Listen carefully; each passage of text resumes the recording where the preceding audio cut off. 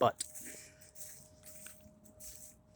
um, it should light a fire under your ass to know a world that was born out of sowing destruction and discord and misery ends in the continuum of the things that it created. And if all you can create is destruction, then you'll get a world of destruction. So, the people pushed in the circumstances, those same people we ask and beg to the heavens, why do good people die young? Well, they're sacrificial lambs.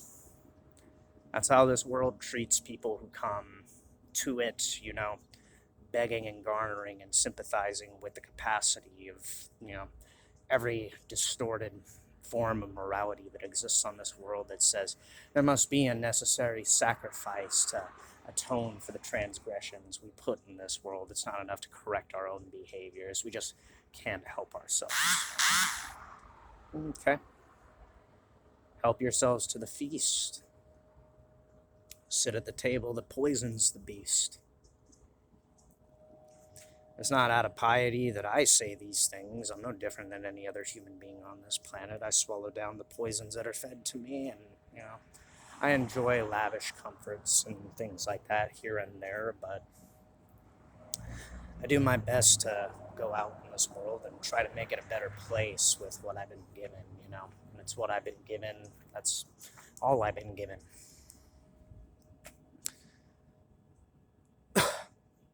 The story is not about me, and the story is not necessarily about you. It's about all of us, and it's about making the world a better experience to go through. But if it needs to be,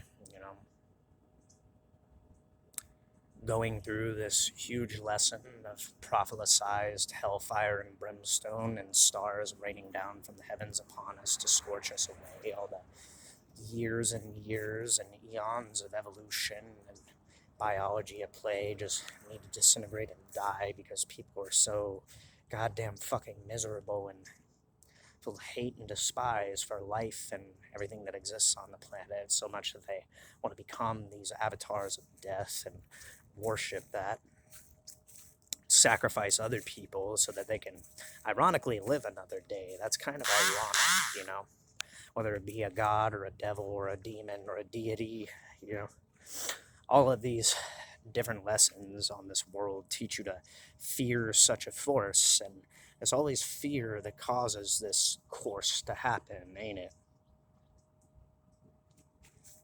And it's ironically, a fear of death, a fear of an end that pushes all this to begin with.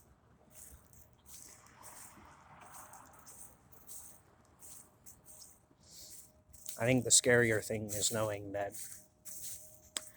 the situation and circumstance is eternal, but it's always changing continuously. Well, what would you do with an eternity if all it ever was about learning lessons? When you aspire to make it something of a positive, or do you want it to be a negative?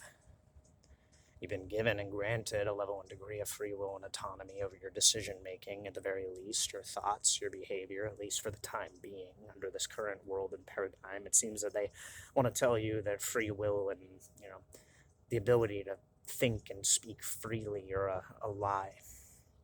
Which begs the question, how the fuck did we get to this point in time in history in the first place, if that's the case? Did it just suddenly stop?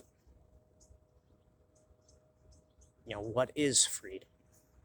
What's real freedom? What's total freedom? Well, it's the ability to sit and abide and observe and witness everything and experience everything, openly and see both polarities, the light and the shadow, and balance the two. And from that, make decisions of, what actually to put yourself through. I prefer the lighter side of things. I've been exposed to the darker side of things, and I said, I don't want to partake in that too much longer. I would prefer to make life a better thing and a better experience for myself and others if I can help it.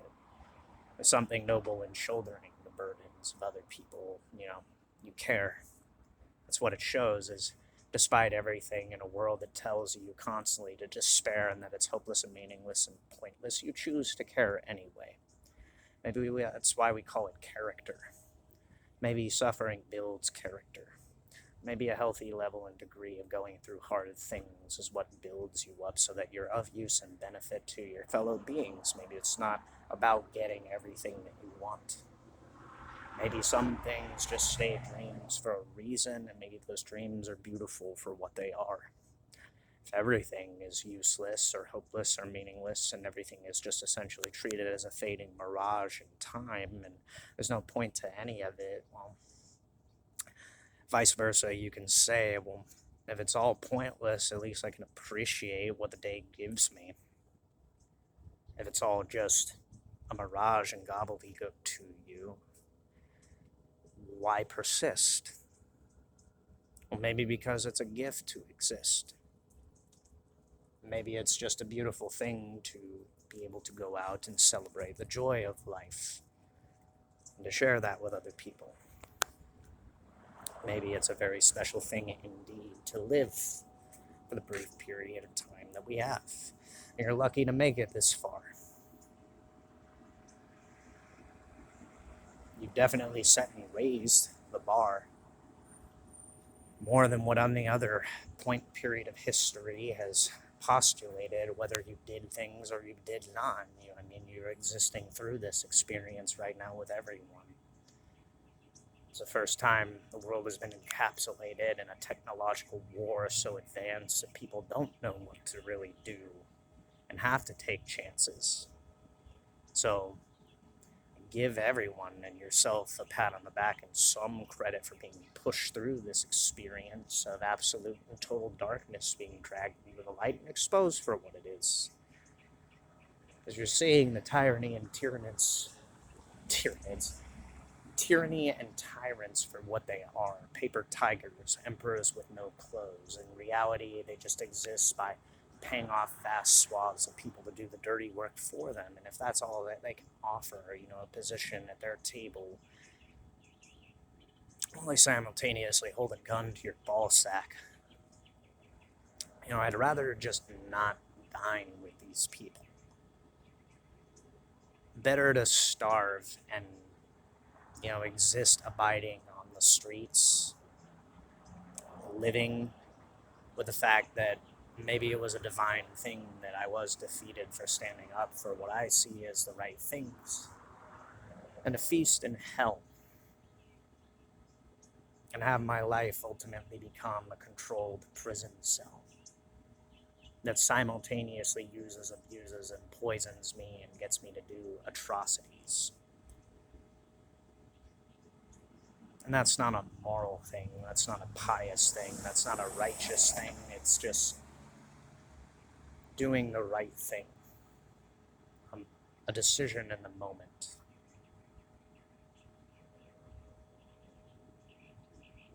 Better to die early doing what you feel is the right thing to do, and I guess equating that to a necessary sacrifice to being put through, well, I'd rather be, off the planet than on a planet that's falling and collapsing into oblivion and obsidian ignited inferno.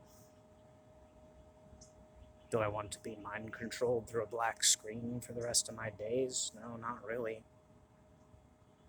I would rather make use of the daylight hours and do something with that time that's of benefit to other people. But if I cannot do that, and this world essentially makes me sign a dotted line on a contract that I know damns my soul, I'd rather just not be here, quite honestly. I'd rather just not participate.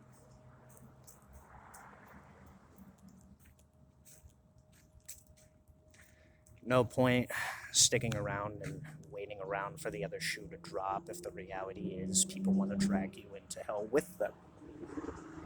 When you recognize you're at the gates and you're trying to tell other people to steer away and they don't listen, maybe there's a lesson to be learned from that, and maybe it's not necessarily an eternal circumstance when people lie and deceive you. Maybe that experience is a chance to reconcile and atone some things and rise to the occasion to drag yourself out of that pit. I've already been there and done that. I'm not looking towards repeating the same circumstance over again.